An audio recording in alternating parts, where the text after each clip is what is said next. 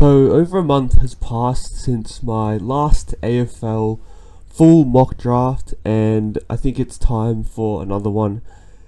Eagles fans were pretty mad with me in the last one because I might have screwed them over a little bit, so hopefully I can get back on their good books with this mock draft. I guess I can call it the August edition because it's based on August results. But there have been a few changes. We've got a few more trade rumours that I've included in this new mock draft. So let's just get straight into it. So we'll start with the trades that I've included in this mock draft. We've got Josh Battle at band 1. That's pretty clear. It could be band 2, but at the moment the assumption is that he's going for band 1. We've still got Perryman. I still expect him to leave. I had Ainsworth in the last mock draft, but since then he's re-signed, so he's off the table. Jack Graham, Richmond have upped his offer for him, so I've removed him from this list as well. And Elliot Himmelberg was also in the other one, but I feel like he's worth absolutely nothing now, so his compensation would be negligible. So yeah, 3 free agents I've got at the moment are Josh Battle for band 1, Harry Perryman for band 2, and then I've included Isaac Cumming for band 3. I think Cumming might leave. He did play in the final in the past weekend for the Giants, but I think ultimately he might just head home to South Australia or move elsewhere to get a full season out of himself. So yeah, those are the 3 free agents I've got. I don't really have anyone else because I can't really see anyone having a big enough chance of leaving to be seriously considered in this mock draft. So I'll leave the free agents there, and then I've got a few trades to go over. So we've got Adelaide trading in Neil Bullen, and that's at the cost of a future second, and they give away the Bulldogs' 3rd round pick that they currently own. So essentially the future second isn't considered in this mock draft, obviously because it's for next year, but the Western Bulldogs 3rd round pick does get considered. And then we've got Nick Haynes moving to the Blues, so the Blues give up the Bulldogs 4th rounder that they currently own.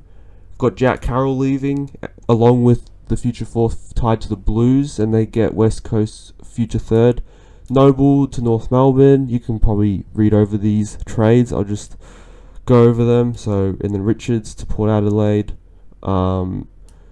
Dockers, they pay up for Bolton. So this is pick 9 and 17. We've got Geelong paying for Bailey Smith. He was going to Hawthorn in the last mock draft, so since then I've changed that. Rioli coming into the Suns, and then Noble also. Haynes leaving. Peatley leaving the Giants. Hawks getting Barris. Already touched on Neil Bullen. Already touched on Richards, Rioli, Bolton. I've still got this patent trade. I think I did this. Well, since I'm a Saints fan, I'm gonna be a bit more careful with their trades. And yeah, this one's just for some academy stuff at the end, so it's not really too impactful on anything. But yeah, just for the sake of Saints fans and my enjoyment, I've done this one. Baker to the Eagles, I think. Yep, Baker to the Eagles, and I think that's about it. So yeah, those are all the trades. I haven't included any wild pick swaps this time.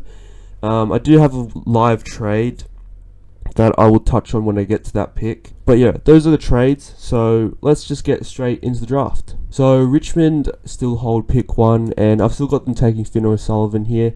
I've had him pick 1 all year. He's just the best player in this draft, in my opinion. He's been derailed by injury a little bit, so he has slid in some mock drafts and some Phantom form guides, but I still believe he's the best player, and I think Richmond could really do with his talent. His injuries haven't been too serious, but they have impacted his ability to play, such as like hand injuries.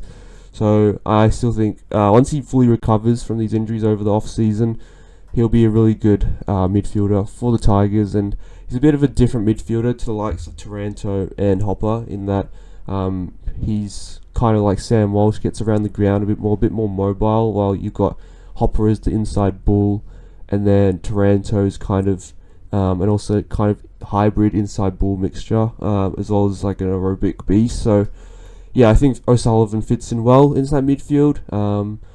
So I've got him going at pick 1. At pick 2, I've still got North Melbourne taking Luke Trainer.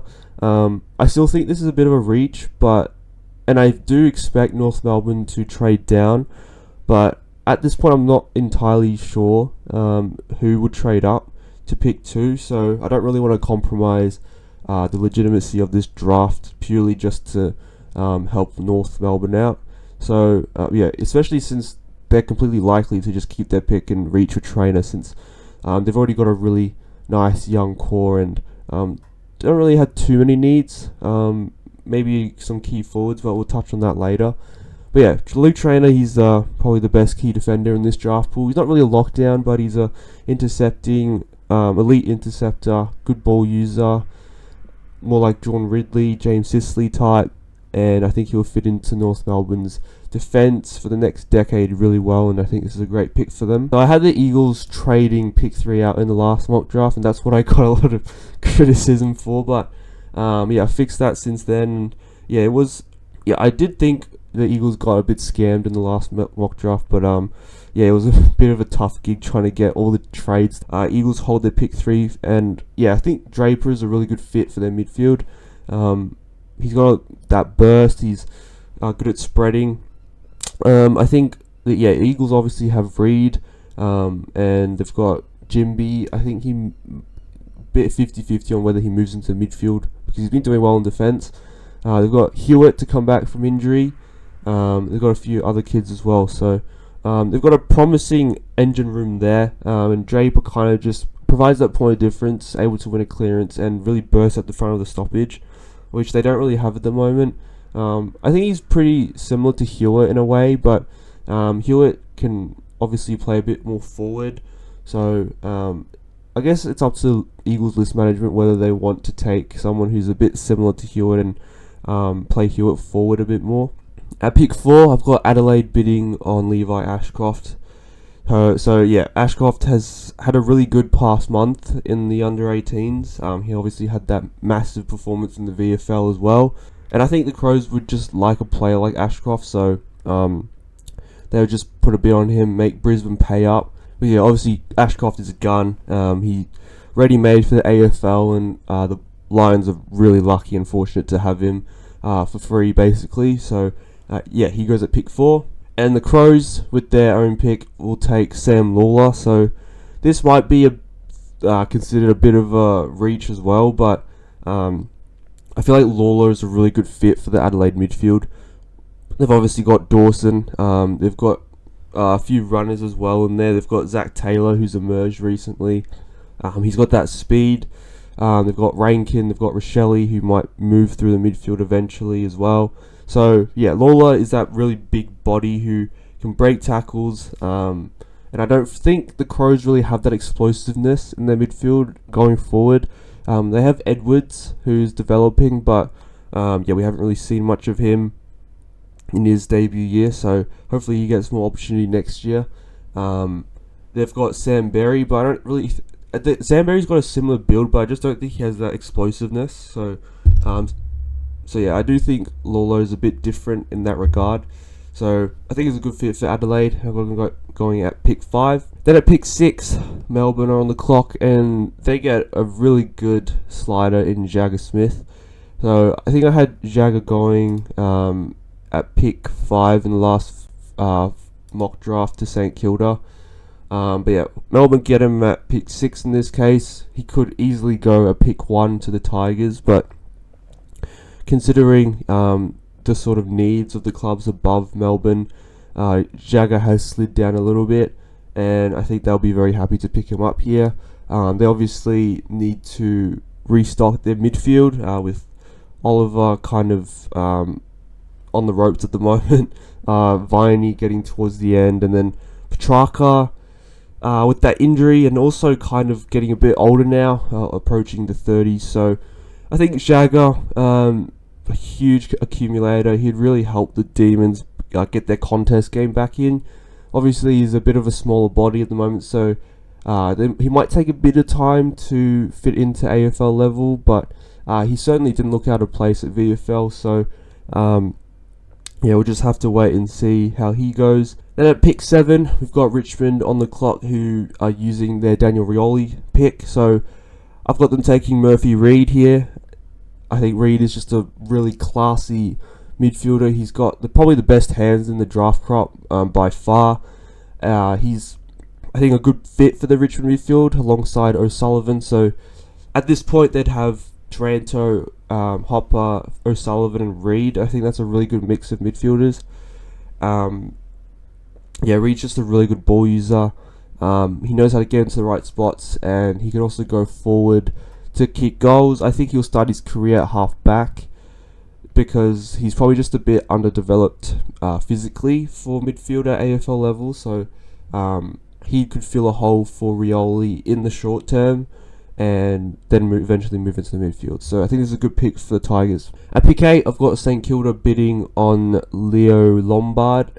The Gold Coast Suns will have to pay up for him as well. Very tough inside mid, bull as well. So yeah, he's a very good accumulator. He kicks goals, he can play forward. So he's kind of just like another version of Jake Rogers from last year. Like a bit of a small midfielder, but he gets in and under, and he's really good at breaking through tackles and stoppages and winning clearances. So the Suns take him at 8, which leaves the Saints to reuse their pick, and I think that they'll just take best available midfielders with their 2 picks, including the Josh Battle compo. So Josh Smiley and Harvey Langford both go to the Saints. Smiley as that big, tall midfielder. I don't really think he's a need exactly for St Kilda, but considering his skill set, but he does have a point difference in that size, and St Kilda don't really have that massive midfielder. Filippo is 190 centimeters, but Smiley is that next level big. Good mover for his size. He's got solid ball use. Can play forward a bit as well.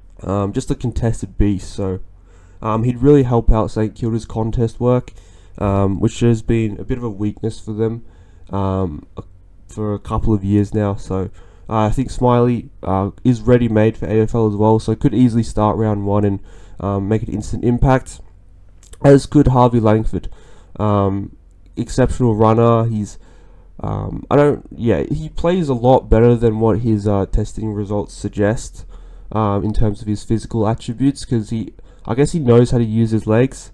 He knows where to run. He knows when to run, and I think that really makes him stand out compared to his fellow draftees. So this is a really good pick for St Kilda. Langford could easily go in the top 5 as well, which is a testament to how even this top end is. But I think St Kilda get a really good deal at picks 9 and 10 to get Smiley and Langford to complement that midfield. Essendon on the clock now, and I've got them taking Xavier Lindsay. So the Bombers, they probably have enough midfielders going forward, but I think Lindsay is just the ball user that they need. Bombers don't really have the best of skills when I watch them, so I think Lindsay could really complement them on the outside. He's been playing inside mid a bit in the under 18s, but I do think he can start his career as a winger, which is where he played, I think, early this year and a bit of last year as well. So I don't think the Bombers have very solid long-term prospects on that wing, with Nick Cox and Harry Jones playing there recently. So Lindsay as that elite ball user, he's probably the best ball user in this year's draft.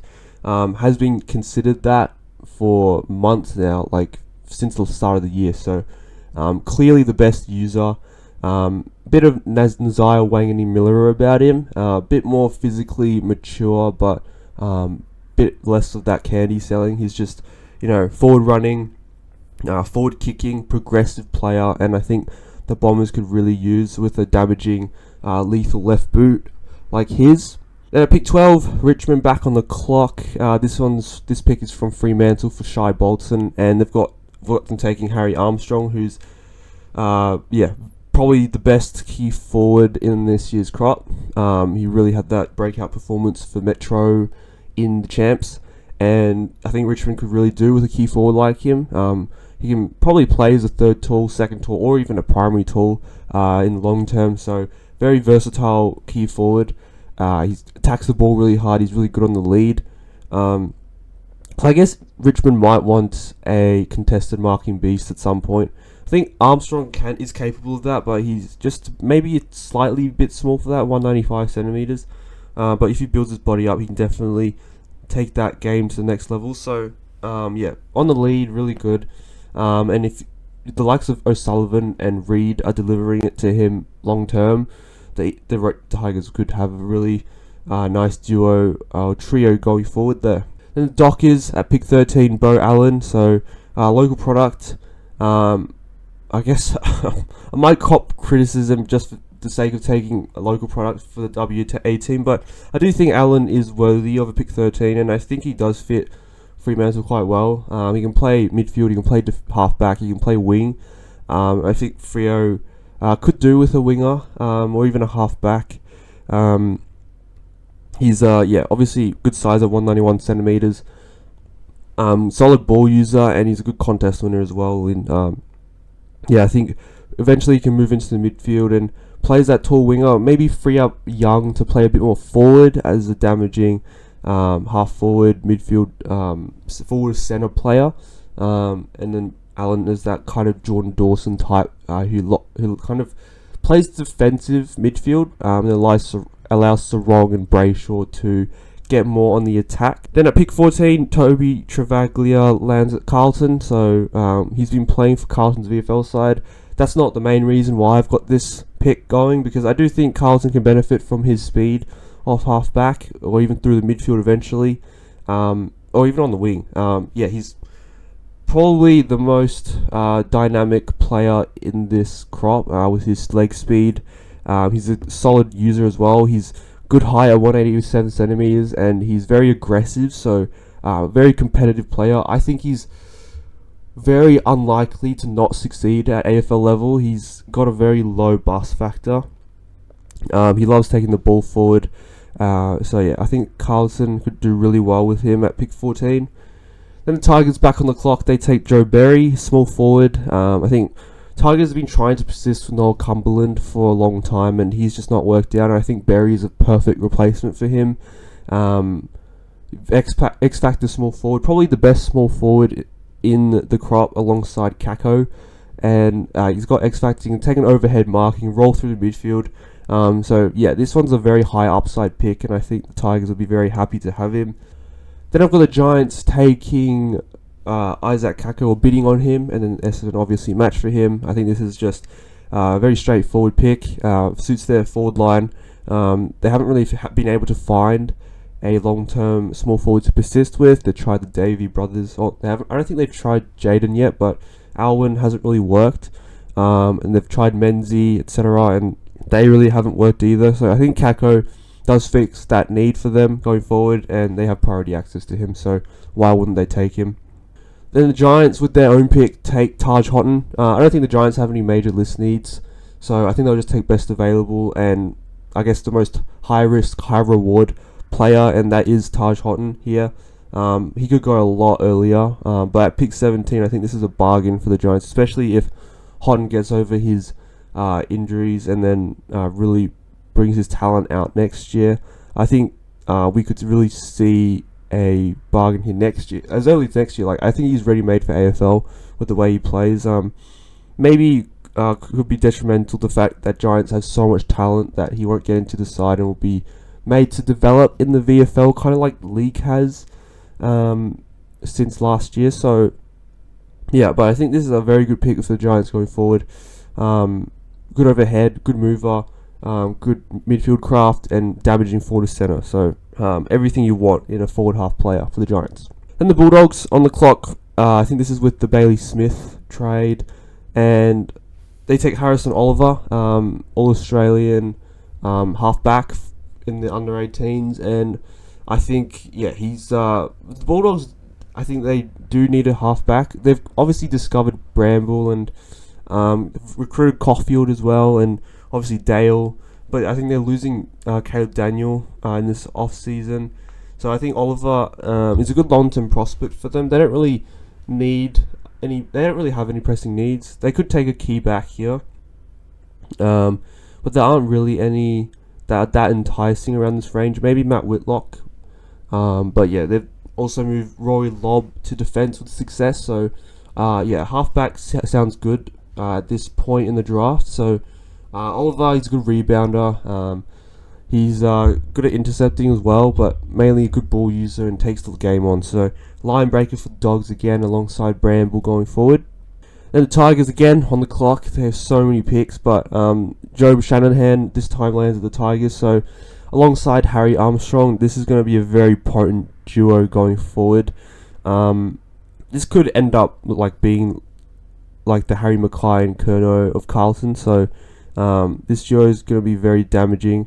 Shanahan's obviously played VFL recently, and he did really well. I think he kicked like 9 goals in 3 games or something, so it's dominated the VFL for Essendon VFL. I wouldn't be surprised if they took him, but yeah, I've got him arriving at the Tigers, and yeah, I think they don't really have any good key forwards going forward, to be honest. Kaczynski hasn't really worked, and Samson Ryan doesn't really look like a key forward going forward, so Shanahan and Armstrong arrive as a duo, and I think they fix a lot of problems for Richmond going forward. Then the Swans, they take Alex Taru. So this one is another very high upside pick, 191cm defender, intercept defender who can also go forward and kick goals. I think the Swans will be very happy to have him.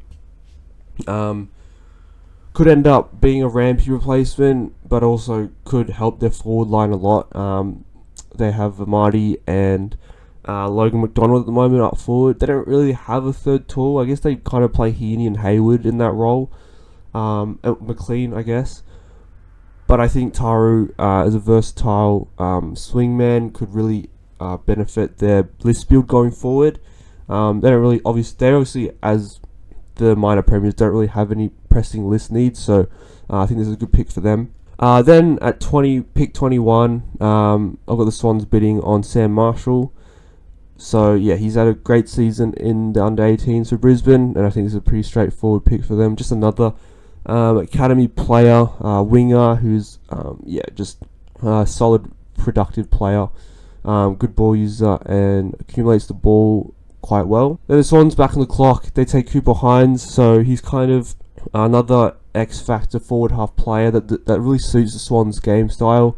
Loves running forward with the ball, loves hitting the scoreboard, and powerful as well. Drawing comparisons to Chad Warner, in my opinion. They love breaking through the front of stoppage, breaking tackles, and just taking players on. And I think they're both number 1. Both got the same haircut, so there's that as well. So yeah, I think Hines is a great fit for the Swans forward line. Pies on the clock, and I think this is pretty obvious. They would want to take a tall player, and that's Jack Whitlock. He's had a good season as well in the under-18s, kicks goals, can also move back. But long-term a key forward, I think. I think the Pies would be really happy to have him at this point. Good contested mark, 200 centimetres, big size. I think that's the type of player Collingwood have been lacking the past couple of years. So I think they'd be very excited to have him at the club. The Giants back on the clock at 24, and I've got them taking Lockie Jakes. Good interceptor, so he's 184 centimetres, but he's kind of like a Perryman replacement, sort of. He intercepts, he can probably lock down on medium forwards going forward for in the future. He's a solid ball user. I think he took kickouts for Vic Country.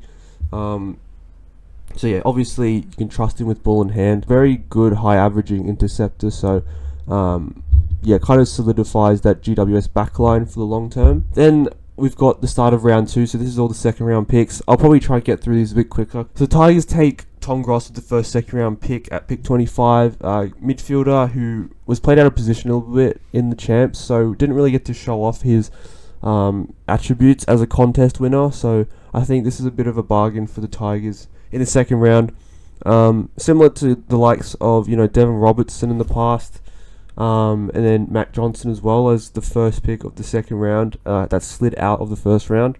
Then the North Melbourne Footy Club take Matt Whitlock to supplement their key tall stocks. Swingman who can play either side of the ground. I think that's a good pick for them. Christian Moraes lands at West Coast, so X-Factor forward half player. Kicks goals, dynamic, so Yeah, alongside Draper, Hewitt, Reed, that's 4 really good midfield to forward half players. Then the Tigers back on the clock. They take Jesse Totoli, so he's climbed the draft order recently. He's really showed off just his football IQ in the under 18s. Question marks over his size and his physical attributes, but he can kick on both feet. He's really smart, so I think that can help him succeed at AFL level, and I think clubs will see that. Adelaide take Alex Dodson, so ruckman who's chosen to pursue footy and from South Australia. Obviously, they've got Riley O'Brien at the moment and Kieran Strawn. They're not really long-term ruckman for them, so I think Dodson is a really good long-term project to develop as a mobile ruckman. Then Dockers take Hamish Davis, so as a sort of forward half player. He's also risen draft boards really rapidly recently. A good size, he can play midfield, he can play wing, he can play forward, kicks goals, so another forward half player for the Dockers. Then the Eagles take Cale Garine, so forward ruck, 199 centimeters, huge upside for him. He's got X factor. He's a bit raw at the moment, but I think he could end up a really exceptional AFL player if he fulfills his potential as a mobile, tall forward ruck. Then Hawthorn bid on Tyler Welsh, so Adelaide forced to match him. I think this is pretty straightforward. Then Hawthorn take a key forward in Jonty Fall, so contested marking. Kind of can do everything in the forward line. Good below his knees. Good on the lead, good overhead. Just strong as well. Very competitive. Then Collingwood bid on Ben Campriali, and he gets to the Carlton Blues. Then Collingwood take Harry O'Farrell as a key defender. So they've obviously got Jack Whitlock as a full forward. Now they've got O'Farrell as a key defender, which I think is a really good couple of picks for their spine going forward. Then the Bulldogs take Jasper Alga, so another forward half player. Yeah, obviously it's hard to pick for the Bulldogs because they don't really have any pressing needs.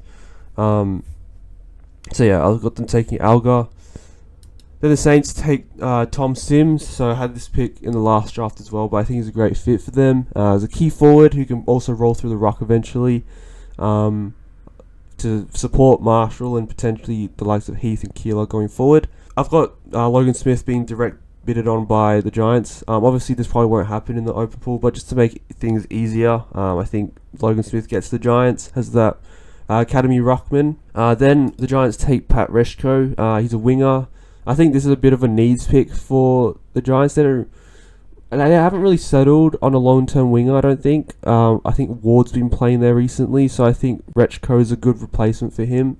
He's got a huge tank. He's probably going to be up there in the time trial and the testing, so yeah, I think the Giants could do with a player like him.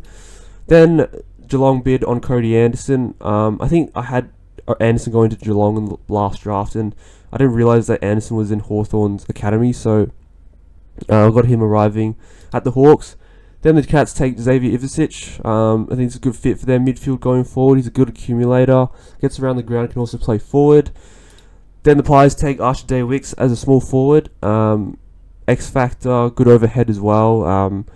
He's probably a bit consistent, but I do think he fills that Jack Ginnivan hole. And yeah, Joe Richards as well leaving, so I think Day-Wicks is a good replacement for them.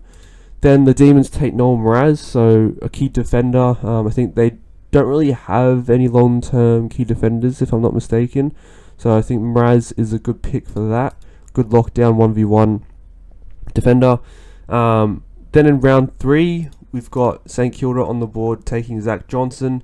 This is a live trade, I believe, so let me just scroll back up. So we've got Adelaide's second from St Kilda going out, and then Brisbane second rounder, and then Richmond third rounder going to St Kilda. That was when St Kilda gave up this pick, the Tolley pick, to drop down to pick 37 for Sims, and then they got Richmond's third rounder here as compensation for that. So they take Zach Johnson. I think he's been injured recently, but he's a good midfielder with good speed. He accumulates the ball and he kicks goals, so I think that's a really good fit. for the Saints, who did miss out on Cooper Hines, who I think is a perfect fit for the Saints, but Johnson is a good option as well with his speed and agility.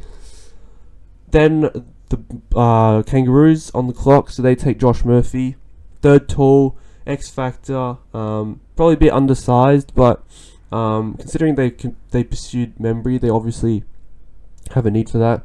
I think if they do get Membry, they probably won't go for a player like Murphy, but at this point, alongside Larkey going forward, I think this is a good pick for them. The Tigers take a bit more of a role player here. I think Grego is more of a defensive midfielder who can lock down a bit, kind of like the description of Lockie Jakes from earlier, so can intercept and can use the ball as well. Then the St Kilda Football Club, they direct bid on Adrian Cole, so yeah, obviously it won't happen in the actual draft, but similar valuation of him in the third round. The Bulldogs take Nathaniel Salzberger, so he's another midfielder who can accumulate the ball and get forward to kick goals. I think the Bulldogs will want to kind of supplement that younger core through that midfield with their aging stars.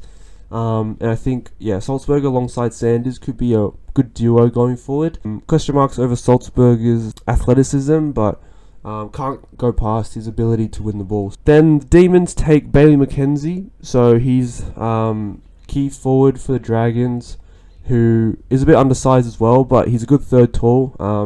McAdam hasn't really worked since coming in. Melksham is getting towards the end. So I think McKenzie as that next gen third tall alongside Van Rooyen, probably what's his name, Jefferson. I think that's a good pick for them. They could also go for Armstrong in the first round as well instead of Jagger Smith. So yeah, I think McKenzie is a good needs pick for the Demons.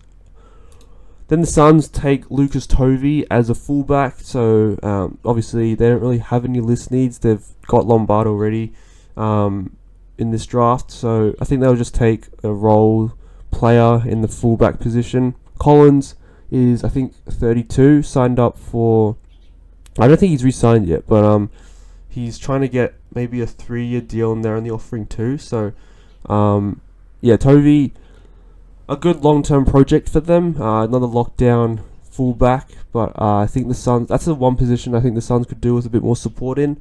They've got Caleb Graham as that depth fullback at the moment, but I think he's probably going to leave, so yeah, Tovey could be that replacement there. Then the Pies take Lucas McInerney, winger. I think the Pies have Bytel playing there at the moment, and I think he's a long-term solution, so McInerney as that two-way runner, good pick for them. The Giants bid on Delana, obviously, again, won't happen. So did Collingwood with Quainer. Both direct bids. They will arrive at their respective clubs. Well, I think Delana's a bit more of a question mark, whether he does land at the Giants, considering how much talent they have and whether they do need a player like Delana. But yeah, I've got him arriving there at the moment. Then they take Harry Charleston. So Charleston is kind of a halfback, another kind of Perryman replacement, I guess. A bit more rebounding this time, so can use the ball, very dynamic off halfback. The Cats get another bargain here, probably similar to Lawson Humphreys of last year. Yeah, at 193 centimeters, a massive midfielder. He gets around the ground well.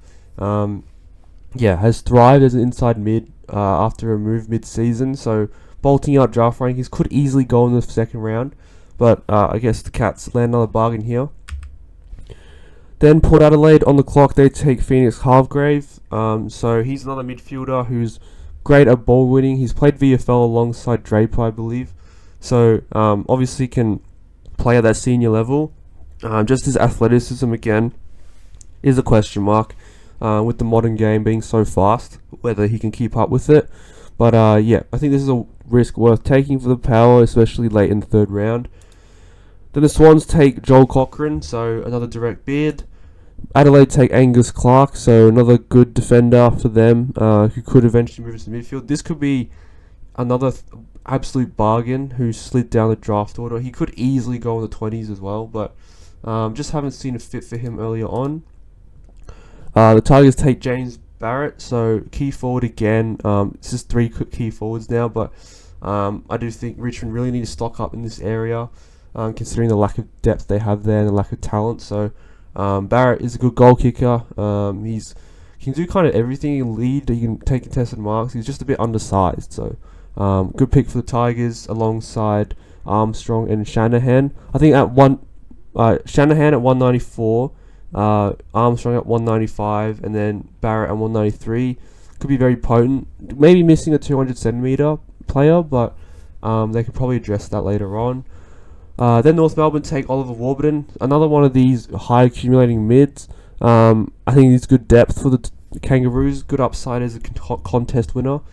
I think North Melbourne will probably want a bit of support there. They've re-signed Phillips, which is a good sign for them, but just another midfielder to develop would be handy in the later rounds of the draft.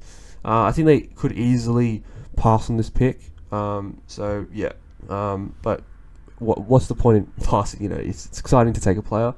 Then the Eagles direct bid on Malachi Champion in round 4. This is probably a bit late, but he rides at the Eagles either way. Adelaide take Cade Herbert as an outside winger, so good ball user. He was once touted as a potential top 10 pick, so this is another one of those really big sliders due to just a down year.